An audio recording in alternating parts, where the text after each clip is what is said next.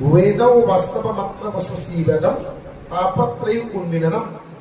তিনি তাৰপৰে আদি ভৌতিক আদি দৈবিক আধ্যাত্মিক এই তিনি তাপৰ পৰা পৰিত্ৰাণ পোৱাৰ একমাত্ৰ উপায় হ'ল একশৰণ হৰিনাম ধৰ্ম যি ধৰ্ম মোৰ পিতৃ বিয়াতেনে মোক সৌভাগ্যবশত দিয়ে মই সেই সৌভাগ্য গতিকে এই একশৰণ হৰিনাম ধৰ্মত আশ্ৰয় ল'লে আদি ভৌতিক আদি দৈবিক আধ্যাত্মিক তিনি তাপৰ পৰা বাসুদেৱায় এইখন যোৰহাটৰ পৰাই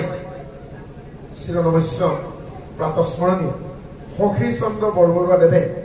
শ্ৰীমন্ত শংকৰদেৱ সংঘৰ এদিন পদাধিকাৰ হৈছে সেই শিৰনমস্য ব্যক্তিজনক আপোনালোকে পাৰিলে উঠি অহা প্ৰজন্মক চিনাকি কৰাই দিয়ে সখী চন্দ্ৰ বৰবৰুৱা ৰচনাৱলী আপোনালোকে অধ্যয়ন কৰিব ঘৰ মচুতে কি বুলি ক'ব নামঘৰ মচুতে আসনখন লওঁতে কি বুলি এখেতে নাম লৈছে ভজনত কি লাগে শৰণত কি দিয়া হয় এই দেহবৃক্ষ কি সমস্তখিনি সখী চন্দ্ৰ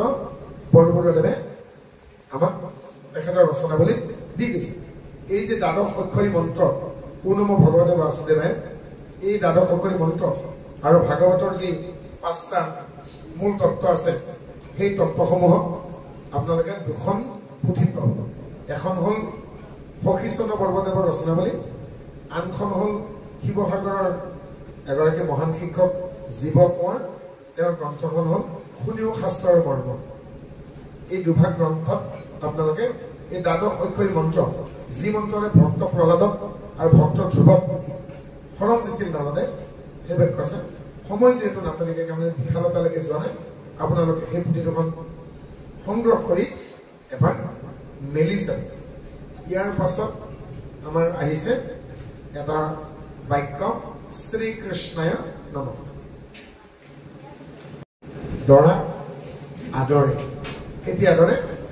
কইনাতকৈ বয়সৰ সৰু ভায়েক বা ভিনীয়েকক আদৰে ধৰি থয় আৰু সেই কলৰ গুৰৰ পৰা পদূলিৰ পৰা কইনাৰ পিতৃ বা মাতৃয়ে দৰক কি বুলি আদৰে বিষ্ণুস্বৰূপ বৰ বুলি গতিকে ভাগৱতৰ আগকথা নামৰ যি পদূলি আছে এই ভাগৱতৰ পদূলিতে ব্যাসে শ্ৰীকৃষ্ণ নমঃ বুলি কৈছে অৰ্থাৎ হে কৃষ্ণ তোমাক মই প্ৰণাম কৰোঁ অৰ্থাৎ প্ৰথমতেই পৰমাত্মা পৰমেশ্বৰ বুলি প্ৰণিপাত জনাই ভগৱন্তক ব্যাসে আদৰিছে শ্ৰীকৃষ্ণ নহয় অৰ্থ তোমাক তুমি পৰমাত্মা তুমি পৰমেশ্বৰ তোমাক মই হৃদয়ত পৰম দেৱতা হিচাপে আঁকোৱালি লৈছো ইয়াৰ পাছত আমি কি পাম ভাগৱতৰ মাহাত্ম্য পাম 10টা শাৰী আছে এই 10টা শাৰীত ভাগৱতৰ বুৰঞ্জী বুলি ক'ব পাৰে ভাগৱতৰ পুষ্টিখন বুলি ক'ব পাৰে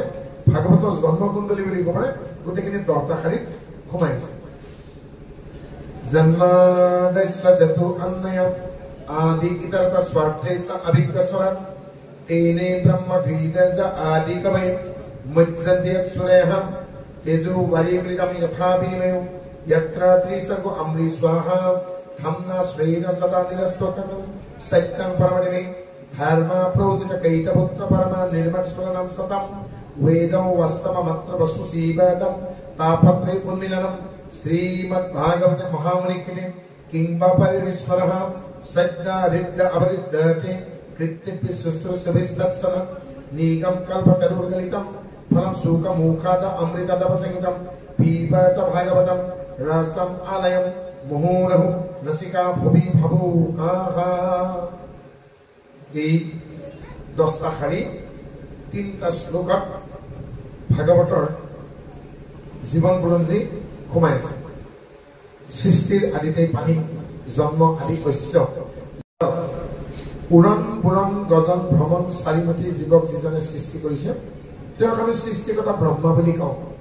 আদি কবি বুলি ইয়াত শব্দ আছে আদি কবি মজ্জন্তীয় সুৰেহ সৃষ্টিকৰ্তা ব্ৰহ্মাৰ ধ্যানৰ বিষয়বস্তু পৰম ব্ৰহ্ম যেনেকে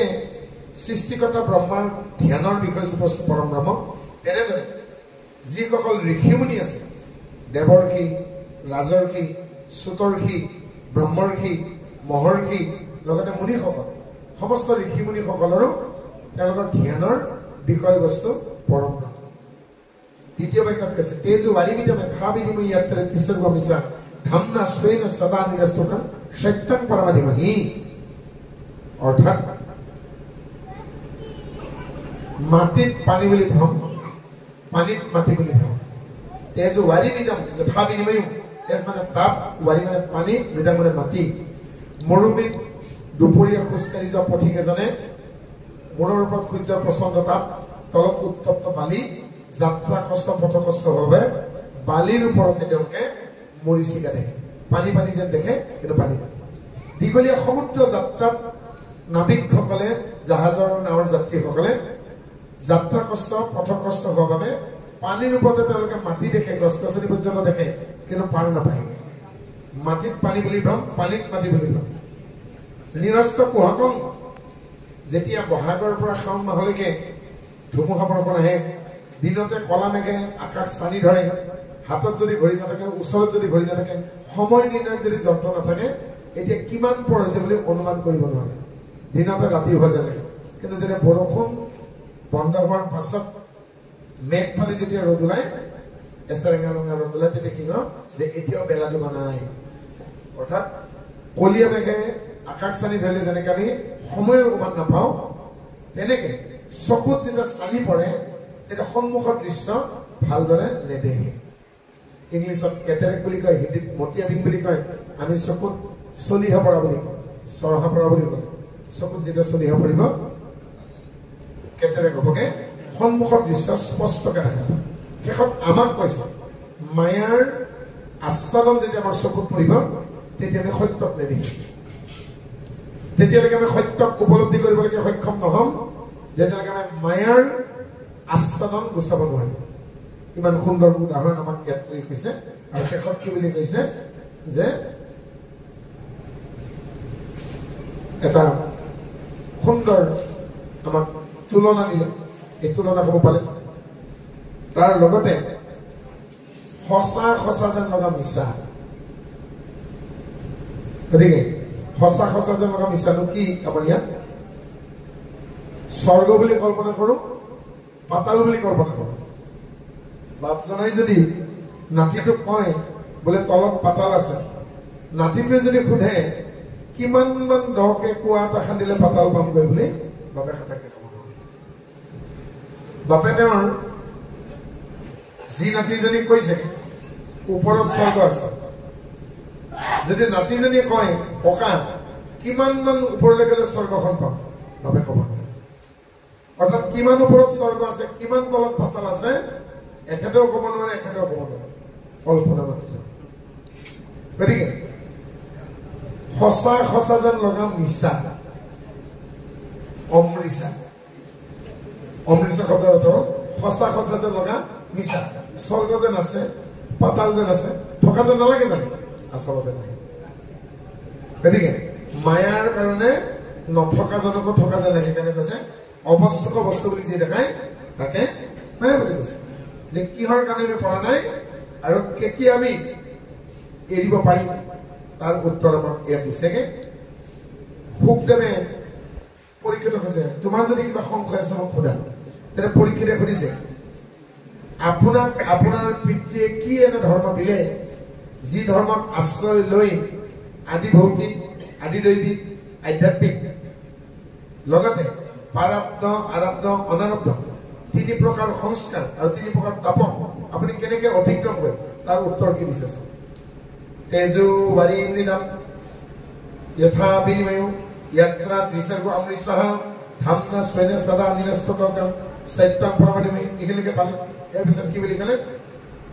ধৰ্ম প্ৰউজিত কৈতবৌত্ৰ পৰমা নিৰ্মাত স্মৰণম সতম বেদং বাস্তৱ মাত্ৰ বস্তু শিৱদম তাপত্ৰৈ পুণ্যি নানম অৰ্থাৎ হে ৰাজন মোক মোৰ পিতৃ ব্যাসদেৱে এনে ধৰ্ম দিলে যি ধৰ্মত কপট আৰু হিংসা নাই ধৰ্ম প্ৰউজিতা কৈতা পৌত্ৰা পৰমা নিৰ্মাত স্মৰণম সতম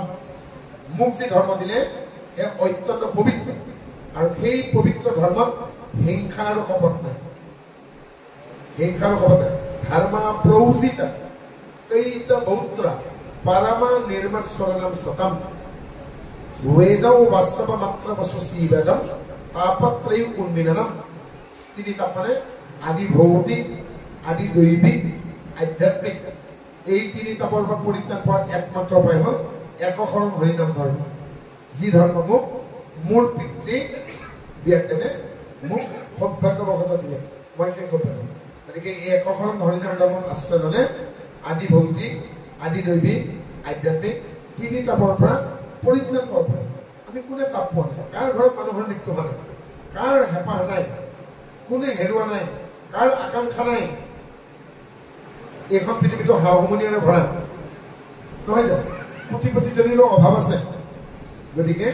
ইয়াৰ ঊৰ্ধত যাব লাগে এই একশৰণ হৰিনাম ধৰ্মত আশ্ৰয় লোৱাৰ বাবে আৰু গতি নাই এইবাৰ পুনৰ পৰীক্ষিতে সুখদেৱক সুধিছে আপোনাক আপোনাৰ পিতৃয়ে কাৰ লগত পৰিচয় কৰে আজি যদি ইয়াত নহয় বোৱাৰী এজনী খাৱৈকে সোধে মইতো যাব নোৱাৰিলোঁ আজিনো কোন কোন আহিল পাঠকনো কোন বহিল নহয় জানো নুসুধিবনে ঠিক তেনেকৈ